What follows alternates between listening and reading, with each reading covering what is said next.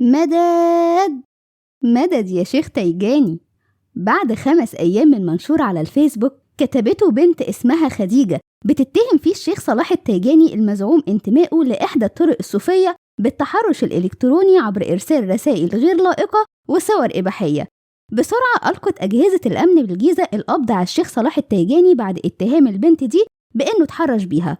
طيب مين هو الشيخ صلاح الدين التيجاني اللي بيقولوا عليه ده؟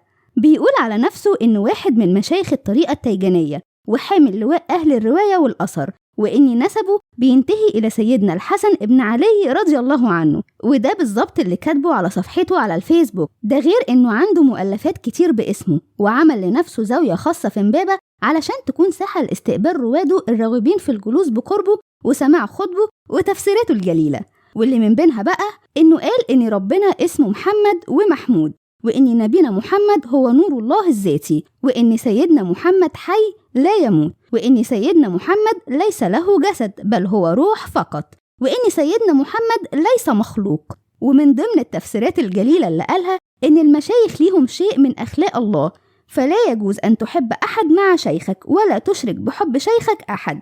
أما بقى آخر نوادر الشيخ التيجاني فقال: إذا نظرت لشيخك وأنت جوعان أو عطشان ولم تشبع فأنت غير صادق في حب شيخك.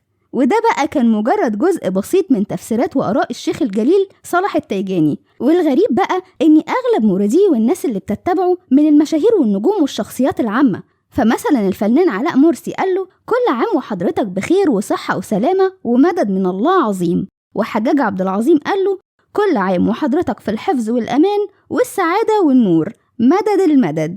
والفنانة لاشين قالت له: كل سنة وانت طيب يا أغلى الغوالي. أما بقى الفنانة نشوى مصطفى قالت له: ما شاء الله تبارك الرحمن، كل سنة وحضرتك نور. والغريبة بقى إن كل دول أنكروا معرفتهم بيه أول ما اتقبض عليه، وقالوا إن الراجل ده مجرد شخصية عامة على السوشيال ميديا، وإنهم كانوا بيعيدوا عليه زي أي حد تاني.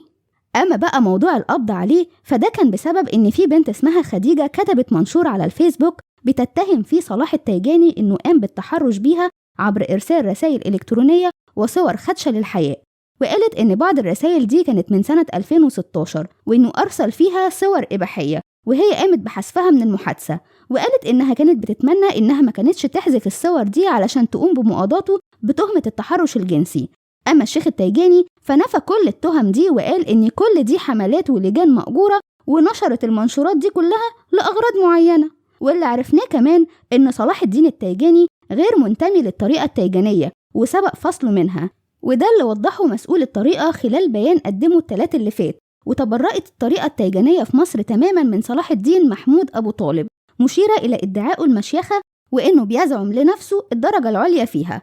وأوضحت إنه تم عزله عن أي مسمى تابع للطريقة التيجانية من سنوات، وإنه غير مسموح لي بممارسة أي نشاط خاص بيها، وده لعدم أهليته وفساد معتقده وانحرافه عن الطريقة وتحريفه لمعتقداتها. وأكد المتحدث الرسمي باسم المشيخة العامة للطرق الصوفية أحمد أنديل إن شيخ الطريقة التيجانية المعتمد رسميا من المشيخة العامة للطرق الصوفية والممثل للتيجانية هو الشيخ محمد الحافظ التيجاني. أما بقى عن مشكلة صلاح الدين التيجاني فيما يخص قضية التحرش فكبرت جدا، وخصوصا بعد ظهور 3 شهادات تحرش جديدة.